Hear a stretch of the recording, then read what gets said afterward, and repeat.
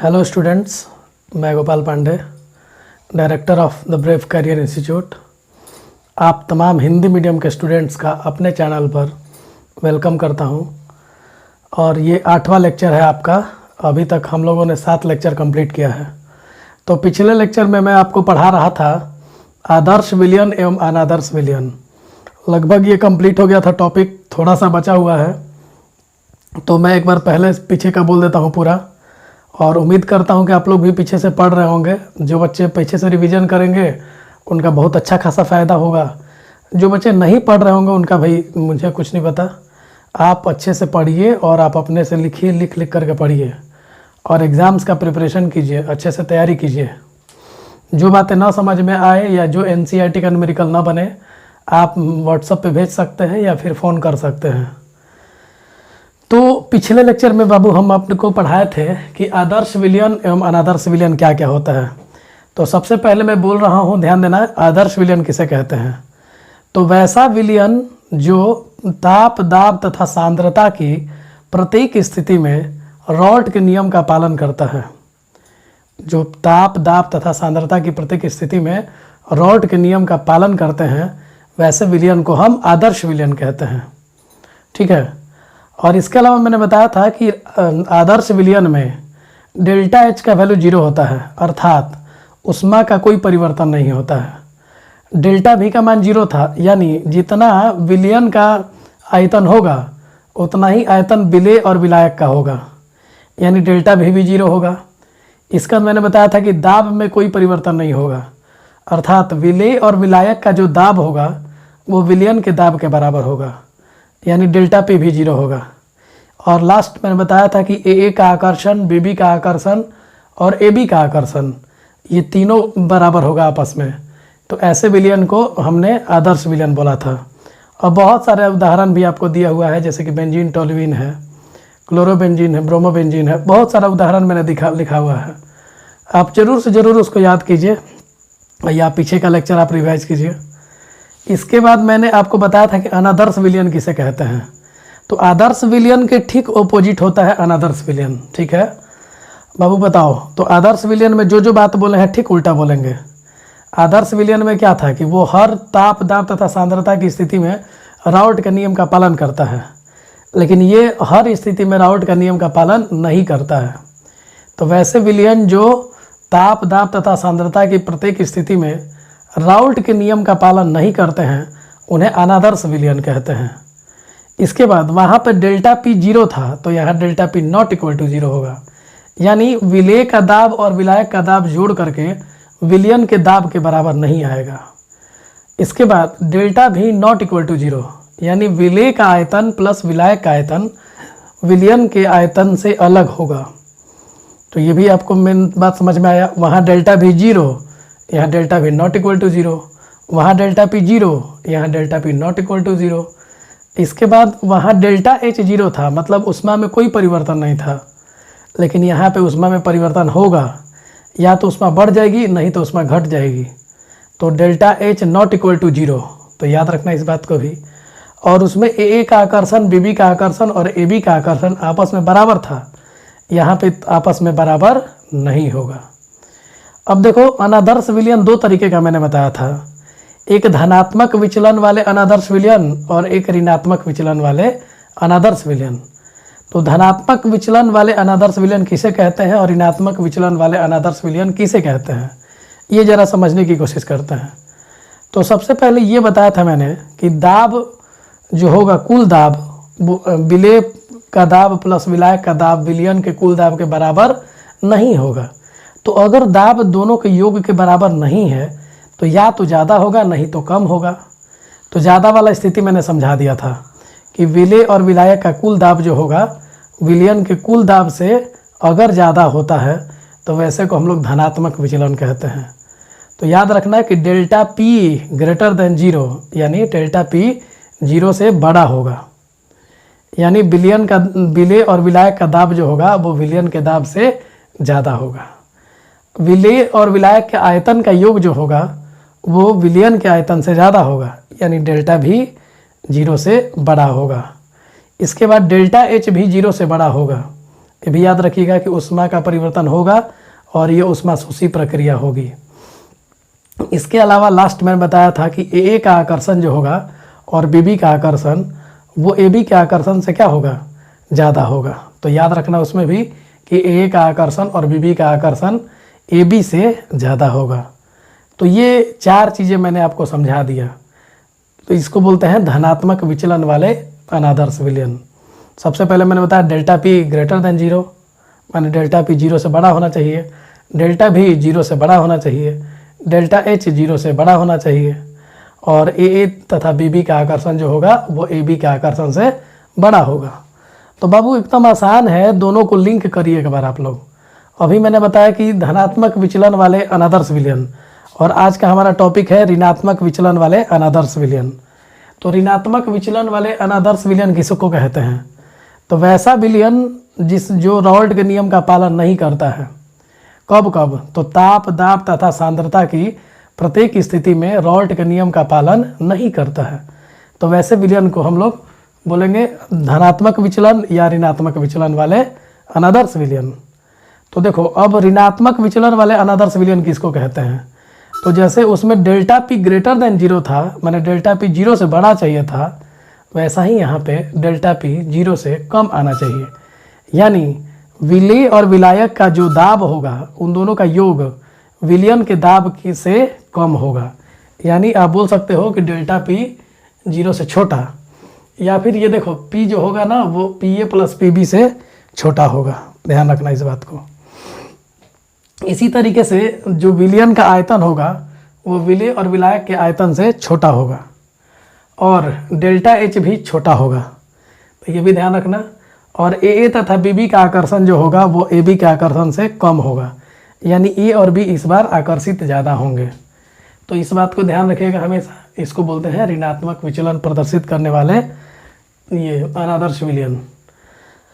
तो जैसा बात है ठीक अपोजिट है उसमें। डेल्टा पी 0 से बड़ा तो डेल्टा पी 0 से छोटा। इसमें डेल्टा भी 0 से बड़ा तो डेल्टा भी 0 से छोटा। डेल्टा एच 0 से बड़ा, डेल्टा एच 0 से छोटा। और यहाँ पे आकर्षण भी जो होगा वो ए बी से छोटा होगा। यानी ए बी का आकर्षण ज़्यादा होगा, ए का आकर्षण कम होगा, और बी का आकर्षण भी कम होगा। तो इस तरह से याद रखना कि भी और भी का आयतन जो होगा वो जोड़ करके भी से ज़्यादा होगा। ठीक है। और उदाहरण में देख सकते हो H2O HNO3 है। देखो H2O का जो आकर्षण होगा और HNO3 का जो आकर्षण होगा उससे ज़्यादा इन दोनों का आकर्षण होगा। तो अगर ये दोनों में आकर्षण ज़्यादा है तो ऐसे को हम लोग ऋणात्मक विचलन प्रदर्शित करने वाले अनादर्श विलयन कहते हैं। तो पूरा कहानी का यही निचोड़ हुआ कि आयतन जो होगा टोटल वो कम हो जाएगा, विलेय विलायक के आयतन से कम हो जाएगा। दाब जो होगा वो विलेय विलायक के आयतन से कम हो जाएगा। और यहाँ पे भी डेल्टा एच 0 से कम बने विलेय विलायक का जो ऊष्मा का जो परिवर्तन होगा वो ज़्यादा होगा और विलयन का कम होगा।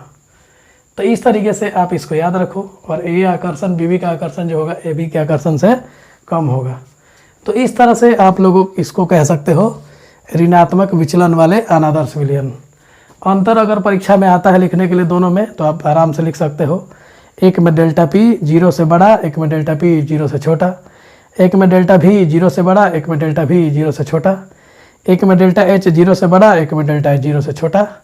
एक में लिख सकते हो कि ए और बी का आकर्षण ए बी से ज़्यादा, तो एक में ए और बी का आकर्षण ए बी से छोटा। तो चारों अंतर ये आप आराम से लिख सकते हो। और ये दोनों टॉपिक कवर हुआ आपका, नोट कीजिए। और उदाहरण कोई इसको याद कर लेना, वेरी इंपॉर्टेंट करके इसको टिक कर लेना। खासकर 2 नंबर में तो ज़रूर आ सकता है उदाहरण। 1 नंबर के लिए उदाहरण 1 मार्क्स में लिख लोगे लोग।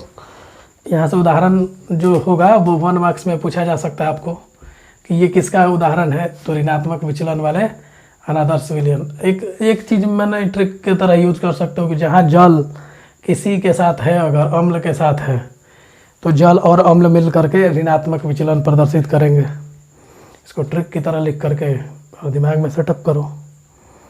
तो नोट कीजिए, आगे हम लोग देखते हैं। आगे नेक्स्ट टॉपिक देखेंगे स्थिर क्वाथी मिश्रण। उसके पहले आप लोग इसको नोट करो।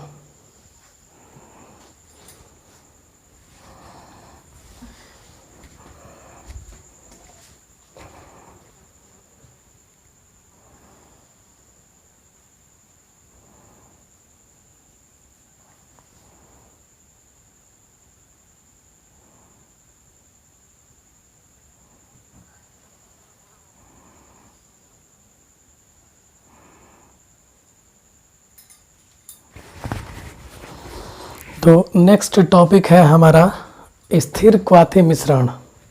काफ़ी इम्पोर्टेंट है ये, वेरी वेरी इम्पोर्टेंट कर लीजिएगा।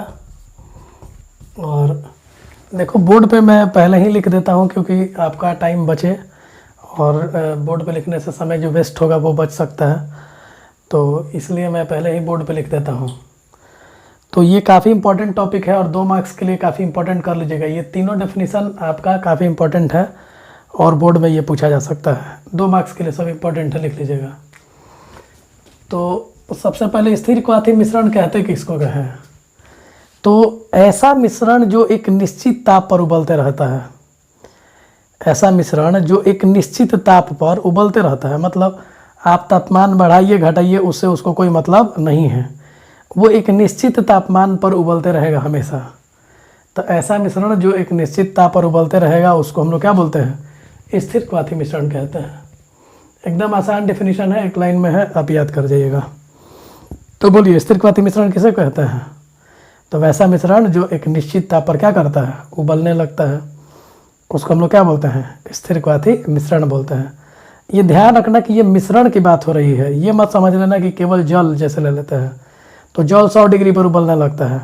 तो ये केवल एक द्रव की बात नहीं है, इसमें 2 या 2 से अधिक द्रव मिलाएंगे हम और मिला करके एक मिश्रण तैयार करेंगे, और उस मिश्रण को स्थिर क्वाथी मिश्रण बोलेंगे जो एक निश्चित ताप पर उबल सकता है। ऐसा नहीं कि किसी भी ताप पर उबलने लगे। तो याद रखना कि वैसा मिश्रण जो एक निश्चित ताप पर उबलना शुरू कर दे उसे स्थिर क्वाथी मिश्रण कहते हैं।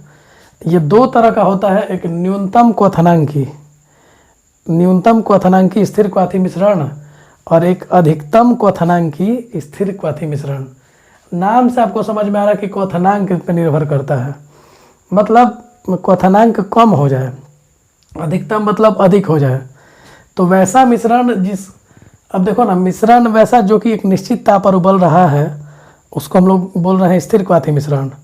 तो ये वर्ड है न्यूनतम से आपको साफ साफ समझ में आ रहा होगा कि जो भी इसके घटक होंगे, मिश्रण के जो भी घटक होंगे, कम से कम 2 घटक तो होंगे ही, तो उनके क्वथनांक से भी अगर कम क्वथनांक पर मिश्रण उबलना शुरू कर दे, जैसे उदाहरण जो मैंने लिया है इथाइल अल्कोहल और जल है, इसका ये क्वथनांक 78.5 है और इसका 100 डिग्री है। तो इन दोनों का जो मिश्रण बनेगा वो मिश्रण इससे भी कम पर उबलने लगे, इससे भी कम पर उबलने लगे, तो बहुत ज़्यादा हो गया, इससे भी कम पर उबलने लगेगा।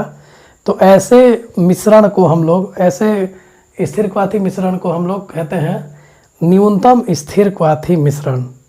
तो देख लीजिए एक बार, ऐसा मिश्रण जिसका क्वथनांक उसमें उपस्थित घटकों के क्वथनांकों से भी कम हो। तो याद रखना कि जब दो लोगों को मिला करके एक मिश्रण मैंने तैयार किया तो उस मिश्रण का जो क्वथनांक है उसमें उपस्थित जो भी उसके घटक हैं उन घटकों के क्वथनांक से भी कम हो जाए। तो ऐसे हम लोग मिश्रण को, ऐसे स्थिर क्वाथी मिश्रण को न्यूनतम स्थिर क्वाथी मिश्रण कहते हैं, या न्यूनतम क्वथनांकी स्थिर क्वाथी मिश्रण कहते हैं। क्योंकि बात क्वथनांक से हो रही है तो याद रखना बहुत आसान है। न्यूनतम क्वथनांकी स्थिर क्वाथी मिश्रण किसे कहते हैं? तो वैसा मिश्रण जो अपने घटकों के क्वथनांक से भी कम ताप पर उबलना शुरू कर दे, तो ऐसे मिश्रण को, ऐसे स्थिर क्वाथी मिश्रण को हम न्यूनतम स्थिर क्वाथी मिश्रण कहते हैं। अधिकतम क्वथनांकी स्थिर क्वाथी मिश्रण किसे कहते हैं? तो नाम से समझ में आ रहा है कि वैसा मिश्रण जिसका ये क्वथनांक जो होगा वो अपने घटकों के क्वथनांक से भी ज़्यादा हो जाए, मतलब मिश्रण का क्वथनांक उनसे ज़्यादा होगा। जो 2 लोग घटक लेंगे या 3 घटक लेंगे उनके क्वथनांक से भी ज़्यादा अगर किसी मिश्रण का क्वथनांक हो रहा है तो उसे हम लोग बोलेंगे अधिकतम क्वथनांकी स्थिर क्वाथी मिश्रण। तो देख सकते हो यही डेफिनेशन है यहाँ पे आपका। और उदाहरण लिया है HNO3 और H2O। तो देखो HNO3 का 86 डिग्री, इसका 100 डिग्री, तो इसका 129 डिग्री।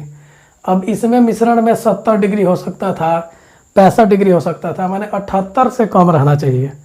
तो आप लोग ऑब्जेक्टिव के लिए एक इम्पॉर्टेंट कर लीजिएगा यहाँ पे 1 मार्क्स के लिए, और यहाँ पे भी 1 मार्क्स के लिए कर लीजिएगा कि अगर मिश्रण का क्वथनांक दोनों घटकों से कम दे रहा है तो उसको आप लोग न्यूनतम क्वथनांकी स्थिर क्वाथी मिश्रण बोलोगे।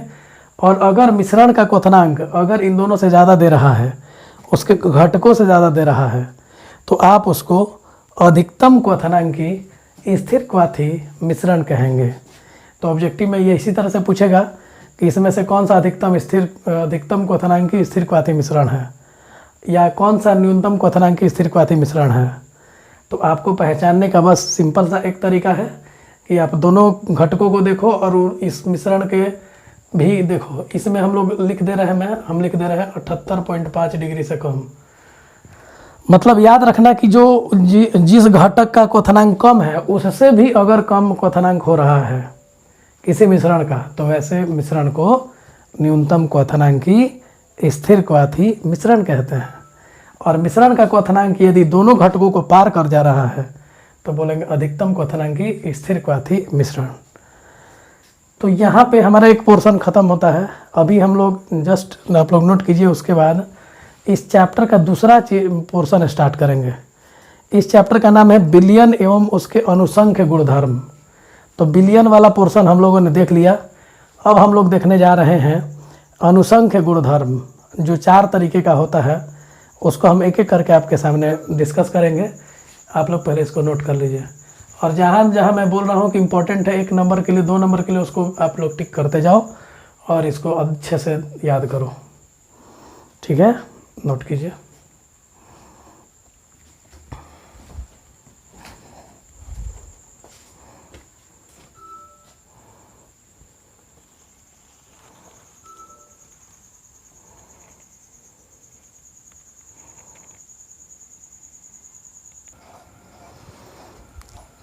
तो चलिए नेक्स्ट टॉपिक आप लोग हेडिंग दे दीजिए, विलयनों का अनुसंख्य गुणधर्म।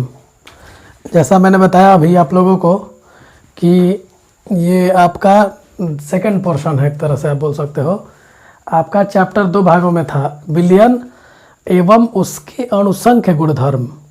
तो विलयन तो हम लोग देख चुके बाबू, अब हम लोगों को देखना है कि उसके अनुसंख्य गुणधर्म क्या होते हैं। तो सबसे पहले ये जान लो कि विलयन का अनुसंख्य गुणधर्म क्या होता है। तो विलयन का ऐसा गुण, विलयन का जो विलयन आप बना चुके हैं, विलयन कैसा बनाए हैं, तो विलय और विलायक को मिला करके बनाए हैं। तो विलयन का वैसा गुण जो उसके अणुओं की संख्या पर निर्भर करता है।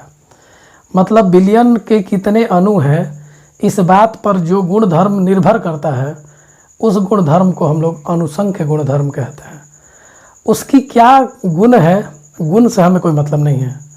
उसका भौतिक गुण क्या है, उसका रासायनिक गुण क्या है, इन गुणों से जिस गुणधर्म को कोई मतलब नहीं है।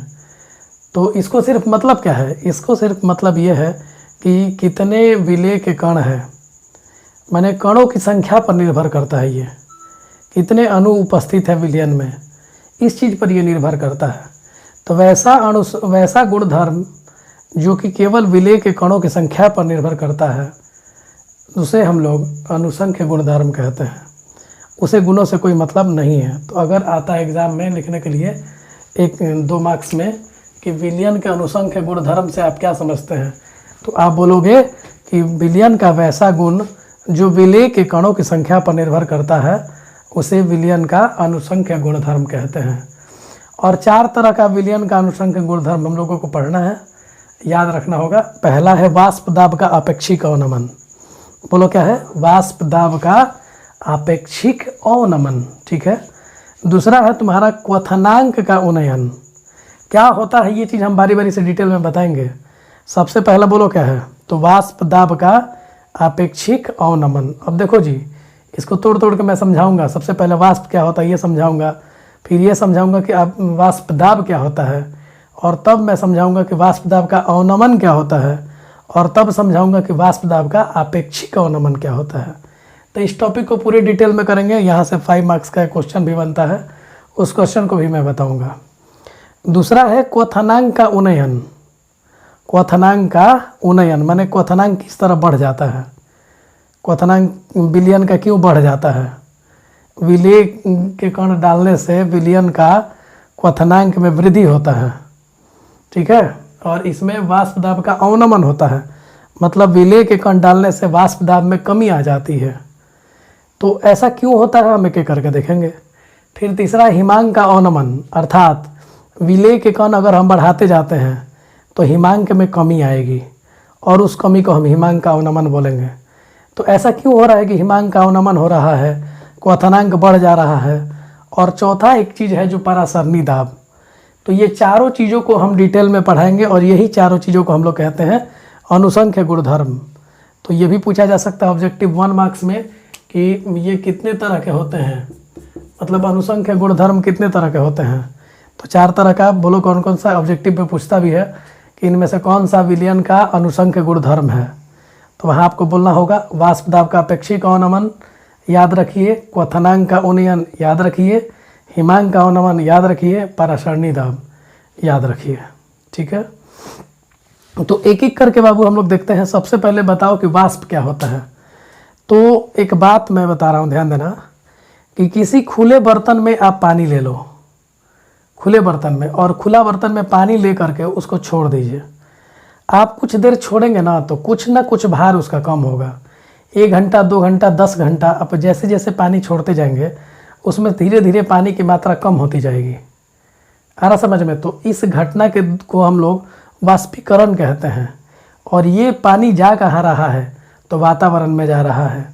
तो ये जो पानी जा रहा है वह किस रूप में जा रहा है, क्या उसको आप देख पा रहे हो क्या, तो आप उसको देख नहीं पा रहे हो। तो जो पानी उसमें था उसकी मात्रा कम क्यों हुई, क्योंकि वो पानी से बाहर जा रहा है और बाहर अदृश्य होकर के जा रहा है, माने गैस बन करके जा रहा है। यानी जल के गैसीय रूप को हम वाष्प कहते हैं। जल के गैसीय रूप को हम लोग क्या कहते हैं, वाष्प कहते हैं। तो यहाँ भी देख भी लो कि जब किसी द्रव को उसके क्वथनांक पर गर्म करते हैं तो द्रव के अणु अपनी द्रव अवस्था छोड़ करके गैस रूप में परिवर्तित हो जाते हैं। और इसी को घटना को हम लोग कहते हैं कि जो द्रव हुआ वो द्रव का क्या बन करके बाहर निकला, तो गैस बन के बाहर निकला। तो द्रव के गैसीय अवस्था को ही हम लोग क्या कहते हैं, वाष्प कहते हैं। तो एकदम आसानी से याद हो गया आप लोगों को। वाष्प कब बनता है, तो जब कोई द्रव अपनी द्रव की अवस्था छोड़ करके गैसीय अवस्था में जाना चाहता है। तो द्रव अपनी गैसीय अवस्था में कब जाएगा, जब उसके क्वथनांक पर उसको गर्म करेंगे। जैसे पानी है तो पानी का जलवाष्प कब बनेगा, तो 100 डिग्री सेल्सियस पर आप पानी को गर्म कीजिए। आप जैसे ही गर्म करेंगे वो पानी जलवाष्प बन करके बाहर निकल जाएगा। तो इस तरह से याद रखिएगा। अब हम लोगों को वाष्प समझ में आ गया कि वाष्प क्या होता है। जल के गैसीय रूप को हम लोग जलवाष्प कहते हैं। अब हम लोग कहेंगे क्या कि वाष्प दाब से आप क्या समझते हो। तो जैसे मैंने आपको अभी बताया कि खुले बर्तन में अगर आप लेते हो तो पानी की मात्रा धीरे धीरे कम होती जाएगी। लेकिन अगर यही चीज़ अगर मैं आपसे बोलूँ कि एक बिस्लेरी का बोतल आप खरीद लो और उसमें पानी ले के छोड़ दो, 1 दिन 2 दिन 6 महीना 1 साल 6 साल 10 साल, आप जितना दिन छोड़ना चाहो छोड़ दो, उसके मात्रा में कोई परिवर्तन नहीं आएगा। जितना उसकी मात्रा शुरू में थी उतनी ही मात्रा अभी भी है और 5 साल बाद 10 साल बाद भी उसकी मात्रा वही रहेगी। अर्थात बंद बर्तन में कभी भी वाष्प बन करके कोई भी द्रव निकल नहीं सकता है। वजह क्या है बाबू कि देखो उसमें वाष्पीकरण तो होता ही है, लेकिन वाष्पीकरण के ठीक बाद वहाँ संघनन की क्रिया होती है। क्योंकि जो भी जल के कण ऊपर की तरफ जाएंगे वाष्पीकरण करेंगे वो दीवार से टकरा करके या आपस में टकरा करके फिर वो संघनित हो जाते हैं। तो इस बात को याद रखना कि शुरू में अगर मान लो आपने जो बोतल में पानी लिया आधा बोतल पानी था तो वहाँ पे वाष्पीकरण की घटना होती है और फिर संघनन की घटना होती है। तो शुरू में जो जल है, जो द्रव है, द्रव के कण वाष्प बन करके ऊपर खाली जगह में चले जाएंगे और खाली जगह में जो वाष्प के कण बन के गए हैं वो क्या करेंगे कि अब उसके साथ शुरू में वाष्पीकरण का दर ज़्यादा होगा और फिर धीरे धीरे संघनन का दर बढ़ेगा। एक ऐसा समय आएगा जिस समय वाष्पीकरण का दर और संघनन का दर आपस में बराबर हो जाएगा। तो जिस समय में वाष्पीकरण का दर और संघनन का दर आपस में बराबर हो जाएगा उस समय को साम्य अवस्था कहते हैं। उस समय को क्या कहते हैं, साम्य अवस्था। तो साम्य अवस्था में द्रव की सतह पर वाष्प के द्वारा लगाया गया दाब वाष्प दाब कहलाता है। जरा समझिए इसको। देखिए यहाँ पे देख भी सकते हो कि जब किसी बंद पात्र में किसी द्रव को गर्म करते हैं तो कुछ समय के बाद साम्य स्थापित हो जाता है और उस समय द्रव की सतह पर वाष्प के द्वारा लगाया गया दाब वाष्प दाब कहलाता है। अब ज़रा समझो, जैसे कि ये बंद बर्तन है, यहाँ तक मान लो कि मैंने द्रव ले लिया। अब ये द्रव के जो कण है ये धीरे धीरे वाष्प में बदलना शुरू करेंगे और ये सारे के सारे द्रव जो है धीरे धीरे वाष्प बन रहे हैं। तो शुरू में वाष्पीकरण का दर तेज होगा क्योंकि जल के अणु ज़्यादा है, वाष्प के अणु कम है। तो ये पहले जल जो है वाष्प में बदलना शुरू करेगा, फिर धीरे धीरे संघनित होकर के वाष्प जल में बदलेगा। तो तुम देख सकते हो कि अब जब ये जो अभिक्रिया है दोनों तरफ से होने लगी, मतलब जल जो है वो जलवाष्प में बदल रहा है और जलवाष्प जो है वो जल में बदल रहा है। तो जब दोनों का दर आपस में बराबर होगा तो उसी समय को हम लोग कहते हैं साम्य अवस्था। और जब साम्य अवस्था स्थापित हो जाएगा तो इस द्रव के सतह पर इस वाष्प के द्वारा लगाया गया दाब वाष्प दाब कहलाता है। तो मैं फिर से बोल दे रहा हूँ, एक बार और सुन लो आप लोग, कि अगर खुले बर्तन में अगर आप उसको गर्म करते हैं या फिर ऐसे भी छोड़ देते हो तो वो वाष्प बन करके धीरे धीरे बाहर निकल जाता है और इस घटना को वाष्पीकरण कहते हैं। या बोल सकते हो कि द्रव जो है वो गैसीय रूप में बदल जाता है। तो द्रव का गैसीय रूप में परिवर्तन ही वाष्प कहलाता है। और अगर यही चीज़ बंद बर्तन में आप करते हो तो ये वाष्प बन के तो निकलेगा, लेकिन वाष्प बन करके दीवार से टकराएगा या बहुत सारे वाष्प आपस में टकराएंगे। टकराने के बाद संघनन होगी और संघनन के बाद पुनः पश्चात वो जल में बदल जाएंगे, परिवर्तित हो जाएंगे। तो शुरू में वाष्पीकरण का दर ज़्यादा होगा और संघनन का कम, फिर धीरे धीरे वाष्पीकरण कम होगा, संघनन बढ़ेगा और दोनों का दर आपस में बराबर होगा। जिस समय दोनों का दर बराबर हो जाएगा उस समय को हम लोग साम्य अवस्था कहते हैं। और साम्य अवस्था पर वाष्प के द्वारा द्रव की सतह पर लगाया गया दाब वाष्प दाब कहलाता है। ठीक है, तो इसको नोट कीजिए और फिर मैं आगे बताता हूँ आपको। नोट करो।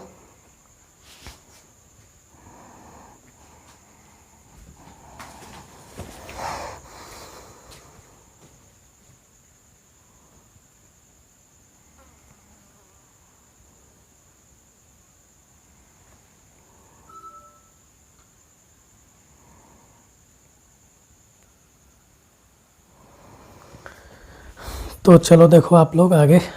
तो विलयन का अनुसंख्य गुणधर्म हम लोग का चल रहा है। विलयन के अनुसंख्य गुणधर्म में हम लोग पहला जो देख रहे हैं वो है वाष्प दाब का अपेक्षिक अवनमन। ठीक है, तो मैंने जब राउल्ट का नियम पढ़ाया था आप लोगों को तो उस टाइम में मैंने बताया था कि विलायक का वाष्प दाब ज़्यादा होता है और विलयन का वाष्प दाब कम होता है। तो हमेशा याद रखना कि अगर पानी अकेले है तो वो ज़्यादा वाष्प बनाएगा और अगर पानी के साथ कुछ और भी है, मतलब कुछ भी विलय आप मिला देते हो विलायक के साथ, तो वाष्प दाब में कमी आ जाती है। ये बात ध्यान रखना। तो विलायक का वाष्प दाब ज़्यादा हो जाता है और विलयन का वाष्प दाब कम हो जाता है और इसी कमी को हम लोग बाबू वाष्प दाब का अवनमन कहते हैं। तो आप लोग से पूछा जा सकता है कि वाष्प दाब का अवनमन किसे कहते हैं, तो आप बोलेंगे कि विलायक का वाष्प दाब ज़्यादा होता है, विलयन का वाष्प दाब कम होता है। तो इस कमी को ही हम वाष्प दाब का अवनमन कहते हैं, वाष्प दाब का अवनमन कहते हैं। तो ये ध्यान रखिएगा। तो पूछा जा सकता है आपसे कि विलायक का वाष्प दाब ज़्यादा क्यों होता है और विलयन का वाष्प दाब कम क्यों होता है, तो उसका उत्तर ये पिक्चर में आपको साफ साफ दिख रहा है। देखिए ध्यान से, इसमें ये विलायक मैंने लिया है, विलायक का वाष्प दाब को P0 से सूचित किया है। केवल विलायक है तो जितने ये वाष्प बने हैं ये सारे के सारे विलायक के वाष्प हैं। ये सारे के सारे किसके वाष्प हैं, तो ये सारे के सारे विलायक के वाष्प हैं। अब विलायक के वाष्प हैं तो इनके द्वारा सारा का सारा वाष्प दाब लगेगा, तो ये ध्यान रखना। लेकिन यहाँ पे जब आप देखते हो तो देखो यहाँ पे ये सारा वाष्प बना हुआ है, लेकिन आप देखो कि बी के ऊपर में वाष्प नहीं बनाया है हमने। तो ये जानबूझकर के हमने बी के ऊपर में वाष्प छोड़ दिया है ताकि आपको समझ में आए कि बी के चलते कोई वाष्प नहीं बन रहा है। इस केस में वाष्प नहीं बन रहा है क्योंकि इसमें हमने ये जो बी मिलाया है ये अवाष्पशील विलेय है। ये बी कैसा विलेय है, तो बी याद रखना कि अवाष्पशील विलेय है। और अवाष्पशील विलेय का मतलब जिससे वाष्प न बने। तो यहाँ पे तो साफ साफ समझ में आ रहा है कि यहाँ ज़्यादा वाष्प बना है, यहाँ वाष्प कम बना है, और अगर कम वाष्प बनेगा तो वाष्प दाब भी कम होगा। अब वजह यह है कि जहाँ जहाँ बी है वहाँ वहाँ वाष्प बन ही नहीं रहा है, यहाँ पूरी जगह से वाष्प बन रहा है। तो बाबू सिंपल सी बात है, आप लोगों को समझ में आ रहा होगा कि विलायक का वाष्प दाब ज़्यादा होता है, विलयन का वाष्प दाब कम होता है। तो इसके वाष्प दाब में से इसके वाष्प दाब को घटा दीजिए, इसी को वाष्प दाब का अवनमन कहते हैं। तो देखिए वहाँ पे हमने बताया हुआ है कि विलायकों का वाष्प दाब ज़्यादा होता है और विलयन का वाष्प दाब कम होता है, ठीक है। और ऐसा क्यों होता है? क्योंकि विलयनों में वाष्प कम बनते हैं और विलायक में वाष्प ज़्यादा बनते हैं। और वजह क्या है कि इसमें हम लोग अवाष्पशील विलय मिला चुके हैं, ठीक है। तो एक बार पूरा आप लोग अच्छे से देख लीजिए उसको कि वजह क्या रहा। तो अवाष्पशील विलय मिलाने की वजह से उसको खुद वाष्प बनाएगा नहीं, और जो वाष्प बनाने वाले हैं उसका भी विरोध करेगा। तो इसका मतलब कि कुल वाष्प बनने में कमी हो गई, तो कुल वाष्प में कमी हो गई तो वाष्प दाब में भी कमी हो जाएगी। तो वाष्प दाब की इसी कमी को हम लोग वाष्प दाब का अवनमन कहते हैं, और इसे हम लोग डेल्टा पी के द्वारा सूचित करते हैं। किसके द्वारा सूचित करेंगे? तो डेल्टा पी के द्वारा, और डेल्टा पी बराबर P not minus P S कहते हैं। पी नॉट क्या है बताओ? तो विलायक का वाष्प दाब। पी एस क्या है बताओ? तो विलयन का वाष्प दाब। तो विलायक के वाष्प दाब में से विलयन के वाष्प दाब को घटाते हैं और इसे वाष्प दाब का अवनमन कहते हैं। इसे डेल्टा पी के द्वारा सूचित करते हैं। तो ये ऑब्जेक्टिव के लिए बहुत अच्छा लाइन हो गया ऊपर वाला आपका, कि विलायक का वाष्प दाब ज़्यादा होता है कि विलयन का ज़्यादा होता है। तो आप लोग को याद रखना है कि विलायक का ज़्यादा होता है। अगर क्यों में 2 मार्क्स में पूछ लिया तो आप बोलोगे कि एक तो हमने विलय जो मिलाया है वो अवाष्पशील विलय है, उससे कोई वाष्प नहीं बनेगा, और कोई वाष्प नहीं बनेगा तो उसके चलते कोई वाष्प दाब नहीं होगा, ठीक है। तो ये आप बोल सकते हो। इसके बाद वाष्प दाब का अपेक्षिक अवनमन किसे कहते हैं? तो वाष्प दाब का अपेक्षिक अवनमन समझने के लिए आप लोग को बस ध्यान देना है कि जो भी डेल्टा पी आया है, मतलब P not minus P S, तो वाष्प दाब किसके रिस्पेक्ट में घट रहा है? विलायक के रिस्पेक्ट में घट रहा है। तो याद रखना कि वाष्प दाब का अवनमन जब विलायक के साथ अनुपात में लिया जाता है तो उसे हम लोग वाष्प दाब का आपेक्षिक अवनमन कहते हैं। तो उसी को मैंने लिखा है कि किसी विलयन के वाष्प दाब का अवनमन, विलयन के वाष्प दाब का अवनमन डेल्टा पी से सूचित करते हैं, तथा विलायक के वाष्प दाब के अनुपात को ही, अब देखो जरा इससे आप लोग को एकदम क्लियर हो जाएगा कि वाष्प दाब का अपेक्षिक अवनमन डेल्टा पी बटा में पी नॉट के बराबर होता है। अब डेल्टा पी जो है वो P not minus P S है और बटा में पी नॉट हो गया। तो याद रखना कि ये विलयन का वाष्प दाब का अवनमन है और ये विलायक का वाष्प दाब है। तो विलयन के वाष्प दाब का अवनमन बटा विलायक का वाष्प दाब, इन दोनों का जो अनुपात होता है इसी को हम लोग बोलते हैं वाष्प दाब का अपेक्षिक अवनमन। तो वाष्प दाब का अपेक्षिक अवनमन जो होता है वो विलेय के मोल अंश के बराबर होता है। इसके बराबर होता है? विलेय के मोल अंश के बराबर होता है। तो इसको हम लोग अभी प्रूफ करेंगे, आप लोग इसको नोट कर लो। तो इसमें आप लोग क्या क्या समझे बताइए? विलायक का वाष्प दाब ज़्यादा कि विलयन का वाष्प दाब ज़्यादा? तो विलायक का वाष्प दाब ज़्यादा। क्यों ज़्यादा? क्योंकि उसमें जैसे विलय आप मिलाओगे तो विलय खुद तो वाष्प बनाएगा नहीं, वहाँ उसका विरोध भी करेगा, और विरोध करेगा तो वाष्प कम बनेगा, वाष्प कम बनेगा तो वाष्प दाब भी कम होगा। इसी के चलते वाष्प दाब में कमी आ जाती है और इस कमी को ही वाष्प दाब का अवनमन कहते हैं। अच्छा, वाष्प दाब के अवनमन तथा विलायक के वाष्प दाब के अनुपात को हम लोग वाष्प दाब का आपेक्षिक अवनमन कहते हैं। तो very very important for 2 marks, इसको भी नोट कर लो आप लोग। ये 2 मार्क्स के लिए इंपॉर्टेंट है। ऑब्जेक्टिव के लिए ये हो सकता है कि वाष्प दाब का अपेक्षिक अवनमन किसके बराबर होता है? तो वो विलेय के मोल अंश के बराबर होता है। तो ये 1 मार्क्स के लिए आप लोग कर लो बाबू कि विलेय वाष्प दाब का अपेक्षिक अवनमन विलेय के मोल अंश के बराबर होता है। और इसको मैंने रॉड के नियम में भी एक बार पढ़ाया हुआ है आपको, तो वहाँ भी आप लोग पीछे पलट के देखिएगा लेक्चर, तो आप लोग को ये बात मिल जाएगा वापस। नोट कीजिए, आगे देखते हैं।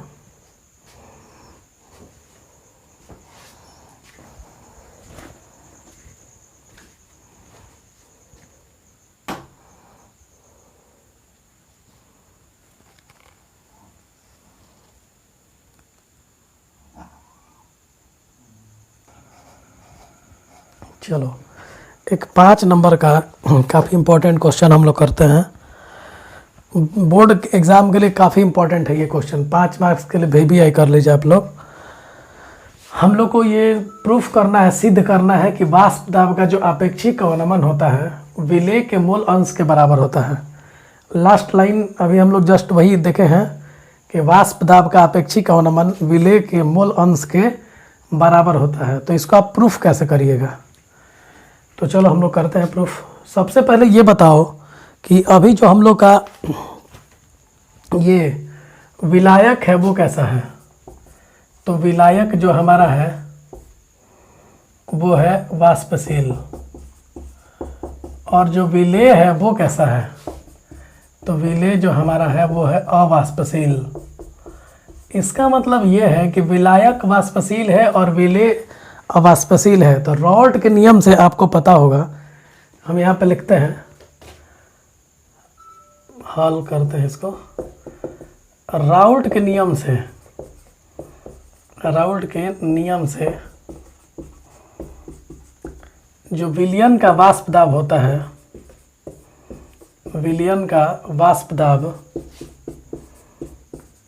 वो समानुपाती होता है वाष्पशील अवयव के मूल अंश के, वाष्पशील अवयव के मूल अंश के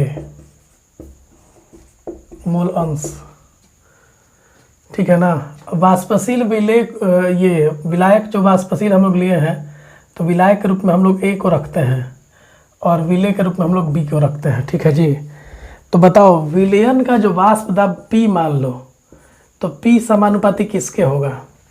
एक्स ए के होगा, क्योंकि वाष्पशील यहाँ पे ए है और ये विलेय जो है वो वाष्पशील नहीं है, वो अवाष्पशील है। तो याद रखना कि पी जो होगा वो एक्स ए के समानुपाती होगा। अब तुम एक बात बताओ कि अगर इसको हटाते हो तो P बराबर के एक्स ए भी लिख सकते हो, क्योंकि ये जब साइन हटता है तो एक स्थिरांक आता है। अच्छा एक बात बताइए बाबू, आप लोग को पता भी है कि अगर एक्स ए का मान 1 होगा और तो एक्स बी का मान तो अपने आप 0 हो जाएगा, क्योंकि अगर ये अकेले रहा तो इसका मतलब कि बी नहीं है, और अगर एक्स ए का मान 1 है इसका मतलब वहाँ बी नहीं है। अब बताओ कि अगर यहाँ मैंने जो 2 पिक्चर बनाया था, एक में केवल ए लिया था, एक में केवल बी लिया था, अगर सारे बी को हटा दिया जाए तो केवल ए बचेगा। और उसकी वजह से याद रखना आज के बाद कि जो शुद्ध रूप में जल है उसके चलते, या शुद्ध रूप में जो द्रव है उसके चलते जो वाष्प दाब आता है वो उसको हम लोग P0 से सूचित करते हैं। तो इसका मतलब यह है कि एक्स ए 1 है, माने ये विलायक बन गया पूरी तरह से, ये विलयन नहीं है। तब जब एक्स ए 1 हो एक्स बी 0 हो तो आप P का जो मान होगा वो आप P0 लिख सकते हो। अच्छा एक बात और बताओ कि ये जो P होगा वो क्या PA के बराबर नहीं हो सकता है? तो P के जगह हम लोग PA भी लिख सकते हैं, तो यहाँ पे भी आप PA लिख सकते हो चाहो तो इसका मतलब ये है कि PA बराबर हम लोग लिख सकते हैं P0A।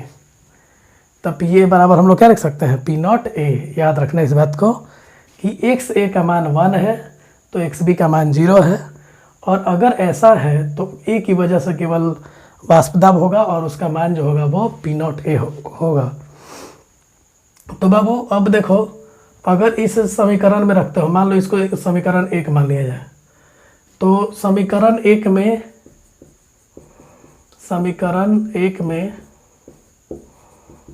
में PA का मान रखने पर, तो अगर हम लोग करते हैं समीकरण 1 में PA बराबर K गुना 1 लिख सकते हैं क्या? और ये समीकरण 1 में XA बराबर 1 रखने पर, अगर समीकरण 1 में XA का मान 1 रख दिया गया होगा तो PA की जगह लिख देंगे P0A, और XA का मान 1 हो गया तो K का मान क्या आ गया बताओ? तो यहाँ से K का मान जो आया वो P0A आया, ठीक है।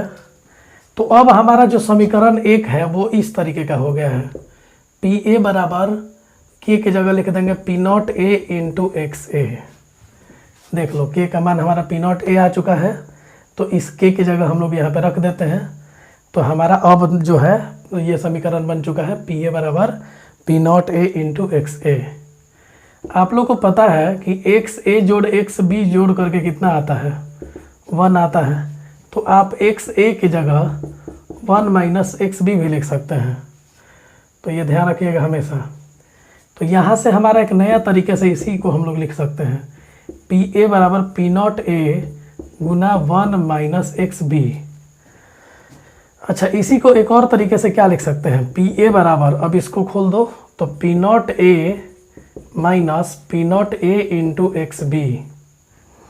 बताओ लो, तो पी नॉट ए एक बार 1 से गुना किए और एक बार पी नॉट ए को एक्स बी से गुना किए, तो P not A minus P not A into X B.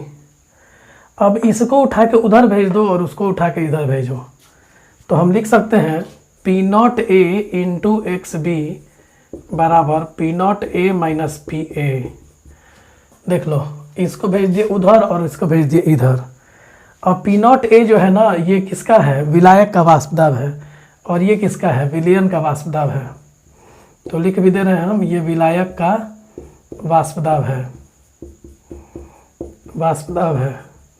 और पी ए जो है ना, ये विलयन का वाष्प दाब। क्योंकि बाबू बताओ कि अगर 2 लोगों को हम लिए हैं और 2 में से एक वाष्पशील है, एक अवाष्पशील है, तो इसका मतलब ये है कि इसके चलते कोई वाष्प नहीं बनने वाला है, बी के चलते कोई वाष्प नहीं बनेगा। इसका मतलब ये पी ए अकेले ही विलयन का वाष्प दाब कवर करेगा, विलयन को अकेले मैनेज करेगा ए। तो ये ध्यान रखना। तो एक बात बताओ, क्या हम यहाँ से एक्स बी बराबर पी नॉट ए और माइनस पी ए बटा में पी नॉट ए नहीं लिख सकते क्या? और इसी को हम लोग लिख सकते हैं डेल्टा पी बटा में पी नॉट ए। कुछ देर पहले जाओगे तो मैंने वाष्प दाब का अपेक्षिक अवनमन का एक परिभाषा लिखवाया है कि वाष्प दाब के अवनमन और विलायक के शुद्ध रूप में वाष्प दाब के अनुपात को ही हम लोग वाष्प दाब का अपेक्षिक अवनमन कहते हैं। तो इसी को हम लोग क्या बोल सकते हैं, बोलो, वाष्प दाब का अपेक्षिक अवनमन, वाष्प दाब का अपेक्षिक अवनमन। तो इसको ध्यान रखना कि वाष्प दाब का ये अपेक्षिक अवनमन है, और ये जो है वो विलेय का मूल अंश है, विलेय का मूल अंश। तो इस तरीके से आपका ये प्रूफ हो गया कि विलेय का मूल अंश जो होता है वो वाष्प दाब का अपेक्षिक अवनमन के बराबर होता है। और इसी को थोड़ा सूत्रबद्ध और कर सकते हो आप लोग, परीक्षा में भी इस तरह से कर सकते हो, P not A minus P ए बटा में पी नॉट ए, और एक्स बी को आप लोग लिख सकते हो बाबू एन बी बटा में N A plus N B. तो ये एक सूत्र की तरह आपका काम करेगा, ठीक है। तो ये ध्यान रखना कि विलेय का मूल अंश जो होगा वो वाष्प दाब के अपेक्षिक अवनमन के बराबर होता है, और इसी को हमें प्रूफ करना था। अगर इसका एक और सूत्र आप चाहते हो बनाना, तो इसका एक और सूत्र मैं लिख दे रहा हूँ अपने मन से, उसको भी आप यूज करेंगे और क्वेश्चन बनाने में सहायता देगा वो आपको। P not A minus P ए बटा में पी ए बराबर एन बी बटा में एन ए। ये एक ऐसा सूत्र है जिसके द्वारा आप आराम से न्यूमेरिकल को बना सकते हैं, ठीक है। अब यहाँ पे बताओ पी ए क्या है, तो पी ए यहाँ पे मैं लिख दे रहा हूँ कि पी नॉट ए जो है वो तुम्हारा विलायक का वाष्प दाब है, विलायक का वाष्प दाब। और जो पी ए है ना, पी ए जो है वो विलयन का वाष्प दाब है, पी ए जो है वो किसका, विलयन का वाष्प दाब है। एन बी जो है वो विलेय का मोल है, विलेय का मोल, और एन ए जो है वो विलायक का मोल है। तो याद रखना कि एन ए जो है वो विलायक का मोल है। तो इस तरीके से आप लोग इसको यूज कर सकते हो। आपको परीक्षा में बस इतना ही तक करना है, इतना परीक्षा में कर लोगे। ये 2 फार्मूला मैंने बता दिया, आपको न्यूमेरिकल बनाने में काम करेगा। और आज से आप लोग याद कर जाइए कि वाष्प दाब का अपेक्षिक अवनमन विलेय के मोल अंश के बराबर होता है। तो ये 5 नंबर का ये क्वेश्चन है आपका, और न्यूमेरिकल बनाने में आप इन दोनों का उपयोग करिए। परीक्षा में भी इतना भी लिख दोगे तो कोई दिक्कत नहीं है, ये आपका बिल्कुल चलेगा, ध्यान रखना इस बात को। तो 5 नंबर का क्वेश्चन यहाँ पे कंप्लीट होता है। ये दोनों फार्मूला यहाँ से हो गया, इसको आप यूज कीजिए और आराम से इसको याद कर जाइए, ठीक है, नोट कीजिए।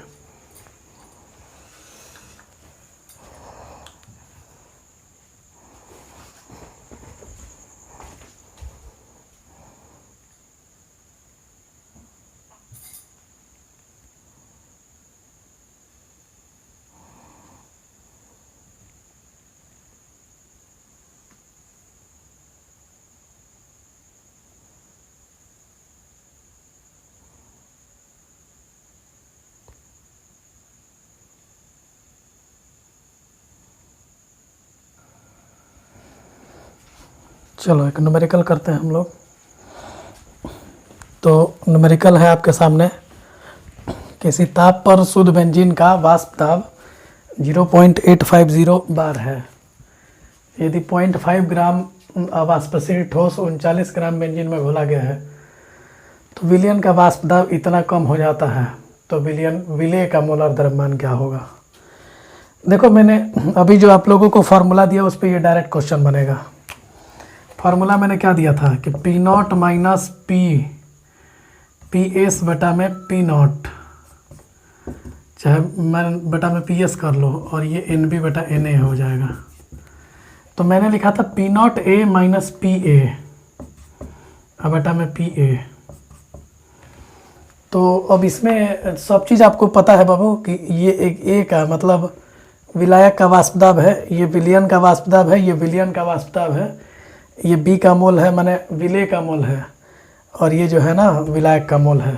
ठीक है, तो एक एक करके हम लोग देखते हैं क्या क्या दिया हुआ है। बेंजीन, यहाँ पर बेंजीन जो है ना वो विलायक का काम कर रहा है।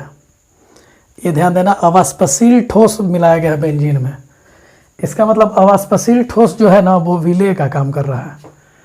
तो चलो एक बात बताओ, विलायक का वाष्प दाब कितना है। विलायक का वाष्प दाब जो है वो दिया हुआ है क्वेश्चन में 0.850 बार, और ये किसका वैल्यू हो गया, पी नॉट ए का वैल्यू हो गया। इसके बाद विलयन का भी वाष्प दाब दिया हुआ है, विलयन का वाष्प दाब है 0.845 बार, और ये तुम्हारा पी ए का वैल्यू है। चलो तो दो चीज़ मिल गया मेरे को। अब एन बी और एन ए चाहिए, मतलब विलय का मोल चाहिए। आप लोग को पता है कि मोल के लिए हम लोग क्या करते हैं, दिया गया भार बटा में अनुभार। अब देखो नया नाम ही नहीं पता है तो अनुभार कहाँ से निकालोगे। तो दिया गया भार तुम्हारा कितना है, मात्र 0.5 ग्राम है, और अनुभार पूछ रहा है तुमसे, तो अनुभार m मान लो, ये विलय का मोल हो गया, मतलब एन बी आपने निकाल लिया यहाँ से। अब आपको एन ए चाहिए, मतलब विलायक का मोल चाहिए। तो सूत्र तो यही लगेगा, क्योंकि मोल का सूत्र तो यही होता है कि दिया गया भार बटा में अनुभार। तो देखो दिया गया भार इस बार 39 ग्राम है,